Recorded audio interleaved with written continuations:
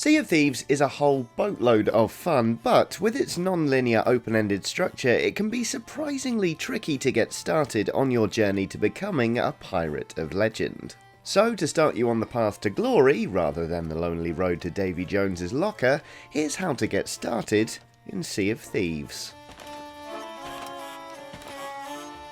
First up, pick your pirate carefully. When you first start the game, you'll be presented with a selection of randomly generated characters. You can ask it to make you a new batch as many times as you like, and you can also lock in potential candidates as you continue to browse. Make sure you're happy before making your final selection, mind you, because your choice will be permanent. As you progress through the game, you can equip different cosmetic items like eye patches, peg legs, hook hands, new hairstyles, and beards, but the base pirate will remain the same. Once you've picked your pirate, you'll be asked whether you want to set sail on a galleon or on a smaller, more fragile sloop. Being considerably larger, galleons take a lot more work to sail successfully, but they are also a lot harder to sink. Other pirates might think twice before trying to board you and plunder your vessel, in other words. So while you can set sail by yourself, I'd heartily recommend joining a crew. Preferably with friends, but even setting sail with a bunch of randoms can be better for your fortunes than going it alone. At this point, you'll finally jump into the game, starting out on Sanctuary Island with quite a hangover. It's here you can find representatives from the 3 different factions that form the backbone of the game. The Merchant Alliance will reward you for rounding up different animals and bringing them back within a certain time period. The Gold Hoarders will ask you to bring them buried treasure from certain locations, and the Order of Souls like it very much when you go and kill skeletons for them, and then bring back the creepy whispering skulls of their leaders. You're free to do missions for these factions as often as you like. They have to be bought with gold from your reserves, but voyages are free at the beginning, so don't worry too much if you haven't got any pieces of 8 to your name. Completing voyages will increase your standing with each faction, opening up more complicated missions with better rewards. Be warned, however, that you can only hold 3 voyages at any one time, so if you buy 3 from the Order of Souls, you won't be able to pick up any voyages from the other 2 factions until you've cleared at least 1. You start a voyage by heading onto your ship and putting the voyage itself down on the captain's table in order to propose it. Each crew member will vote for the voyage they most want to undertake by throwing a knife at it, as one does. At this point, you're ready to set sail. You can check where you're going and what you're doing at any time while on a voyage by bringing up the radial map menu with E on a keyboard or RB on an Xbox One controller. You can also show other crew members what you're looking at with the right mouse button or left trigger. I'll tell you where we're going. Here. This place. Here. Right here, my friend. Nobody said you had to be sensible with it, of course. Anyway, from there it's a matter of getting to your destination, finding the items you need, loading them back into the ship, and then sailing to the nearest outpost in order to trade them in. As I mentioned earlier, you can use the gold you've earned to buy more voyages, but you can also use it to buy new items. These include cosmetic items, but also better versions of your gear, a shovel that digs faster for instance, or simply a nicer looking accordion. That, in a nutshell, is how Sea of Thieves works, but there's a big difference between getting the gist of Rare's silly swashbuckler and attaining true mastery. The rest of this video then is more of a list of useful tips that will land you in better stead on your continuing adventures. Turn slightly to port. But I'm playing the hurdy-gurdy! No, there's no one driving.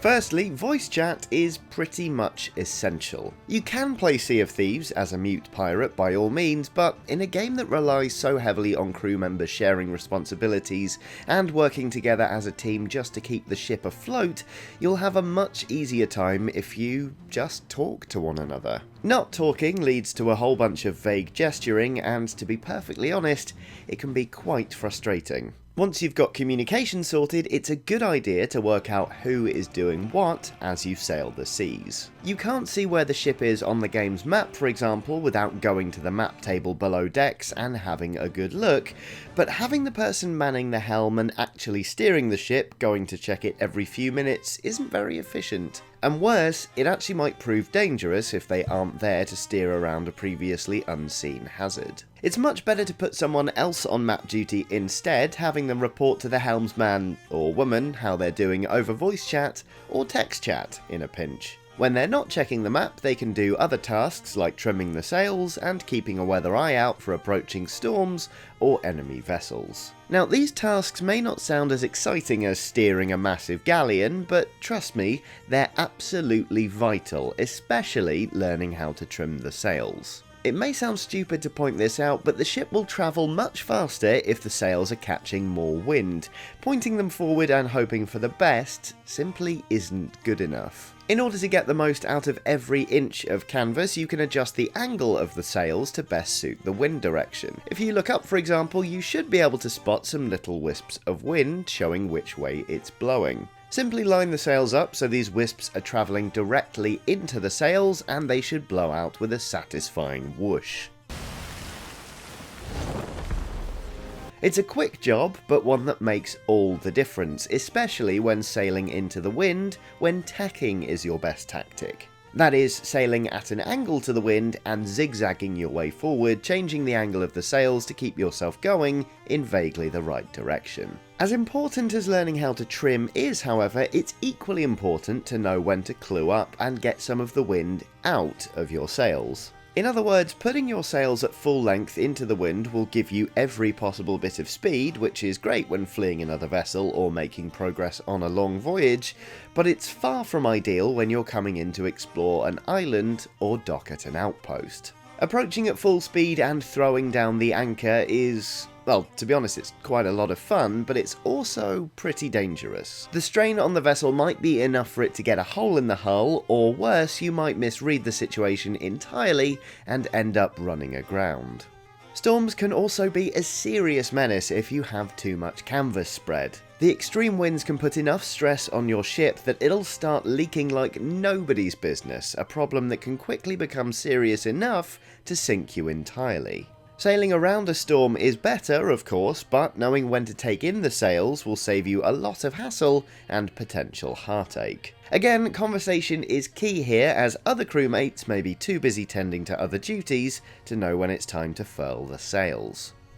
Even if you're not travelling at breakneck speed, mind you, make sure you don't take your ship too close into land.